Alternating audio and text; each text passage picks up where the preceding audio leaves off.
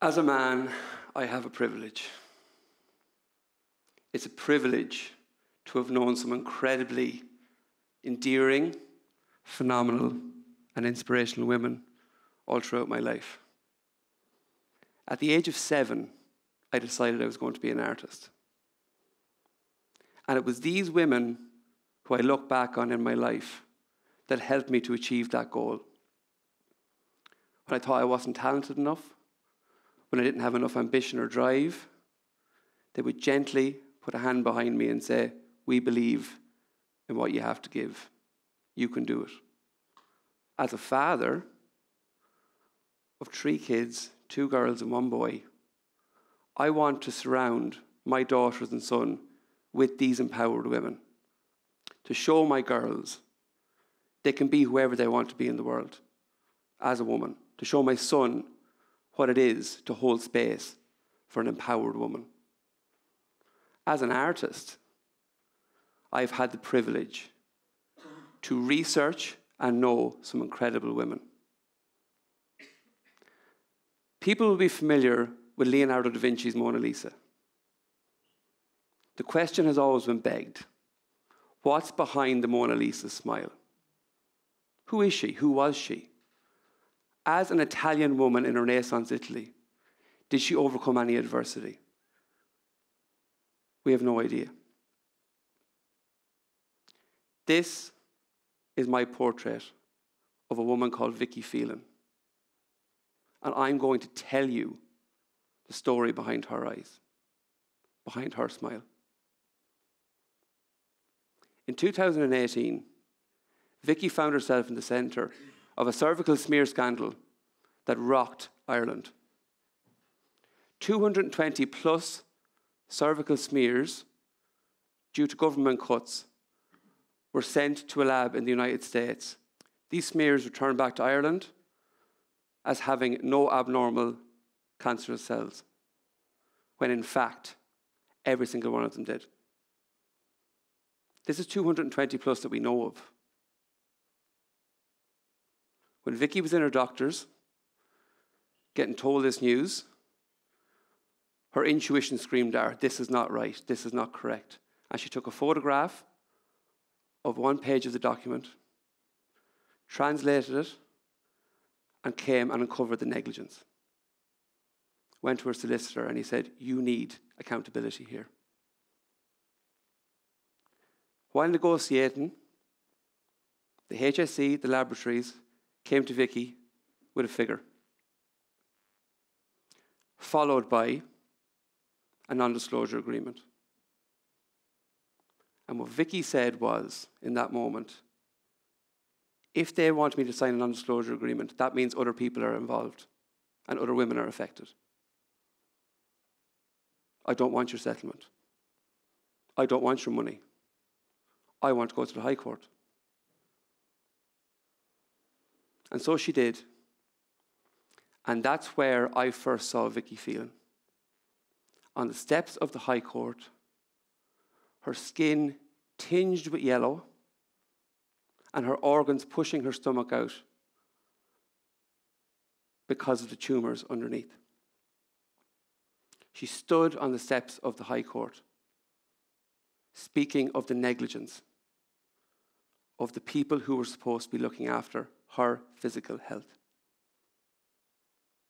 And in her eyes and in her face at that moment, I see what could have been my mother, my grandmother, or my daughter. And she moved me and she inspired me because she emulated all these strong women who had helped me become the person I am today. I offered to paint Vicky. And her initial response was, "No way." She said, "Who am I to sit for a portrait looking stuffed and having my nice jewellery on me and my coat?" And, you know.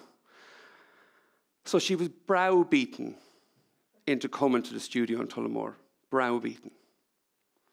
And when she sat in front of my work and I showed her how I used the human anatomy to paint the person's story, the lungs to represent expression, the heart to represent passion, the intestines to represent intuition, the brain to represent intellect, everyone's scars that we all wear, emotionally or physically.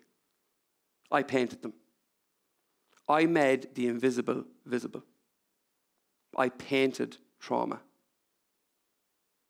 And she said, if Vincent's offering one of those, I'm taking it. So the process began.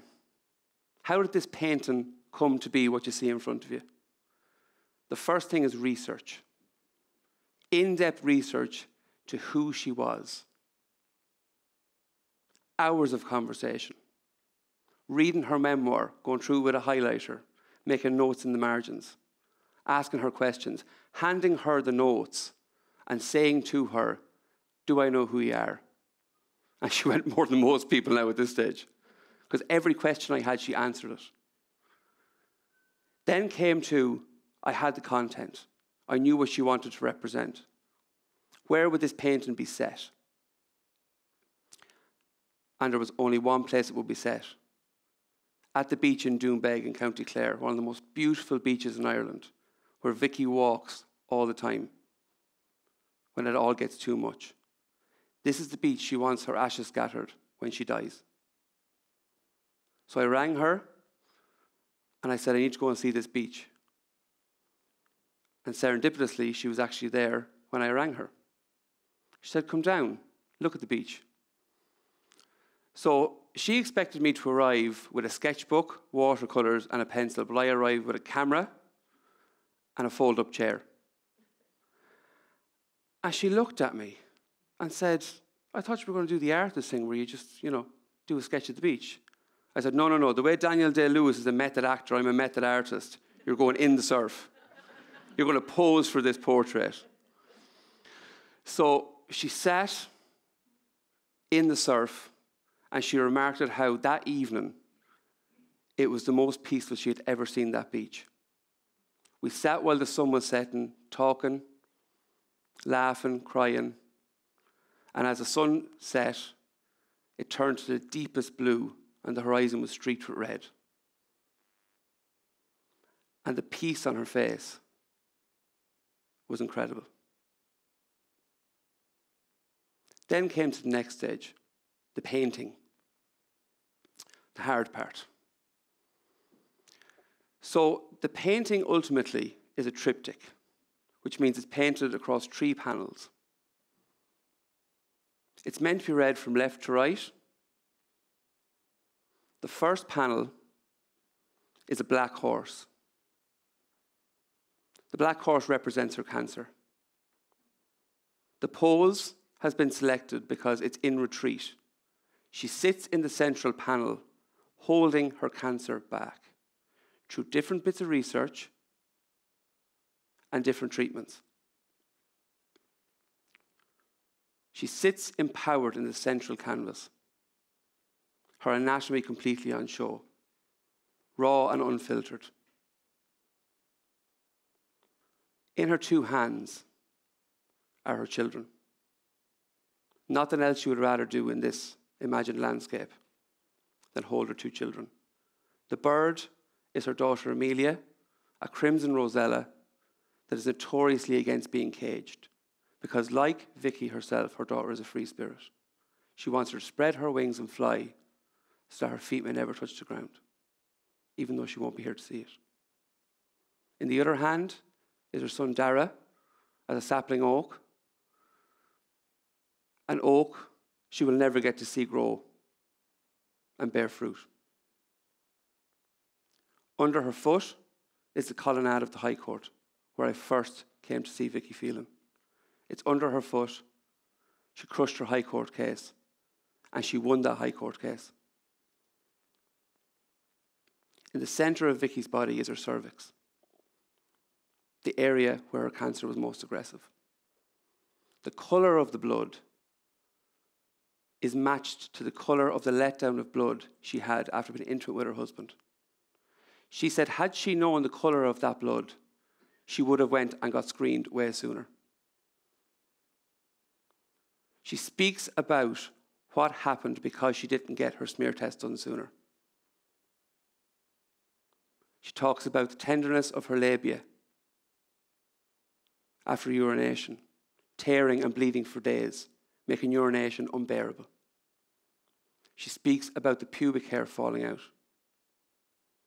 the lowering of the cervix, making penetrative sex nearly impossible, leading to most men being frustrated along with the women, and a breakdown of family and relationship structures.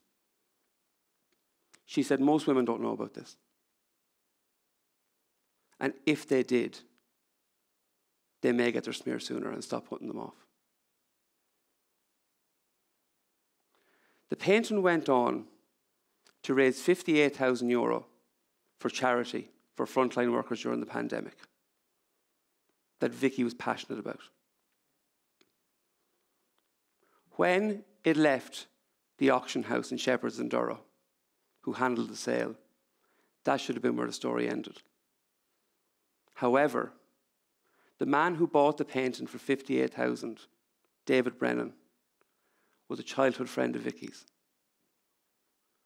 And he is now dedicated to bringing this painting on tour around the country to open up the avenue for conversation with men and women, young and old, because Vicky cannot carry on the conversation herself. She's too unwell. She's with us at the moment, but she's still fighting.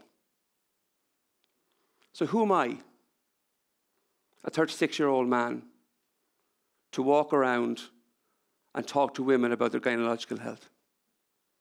I said to Vicky, I said, I'm getting some looks from the audiences when I'm going around doing these talks to say, who's the guy talking about vaginas? And I said to her, Vicky, you sure this is a good idea? And why me? Why do you trust me? And she said, because Vincent, we are used to men in their 40s and 50s sitting us in a small room and telling us, go home and get your affairs in order, you're going to die. And you were trying to get people ahead of that prognosis and diagnosis. I'm not telling women what to do. I'm just saying I'm here in support. Teach me. Tell me your stories. Let me paint them. The final panel is a white horse. The old adage goes, death rides on a pale horse. It looks back at her with sympathy and empathy in its eyes, at a life well lived, a life of service, a life that speaks truth to injustice, for standing up against a system that most people would be too afraid to. You'll notice the horse has reins, which means there's a certain level of control.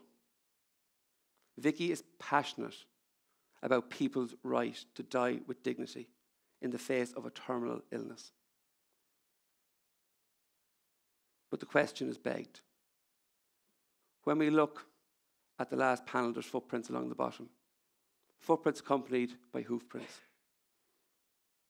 Which horse will take Vicky as she walks off the edge of this canvas? Will it be the cancer? Or will it be on her own terms? At this stage, we don't know. But I do know something. Vicky will not be resigned to a woman with an enigmatic smile.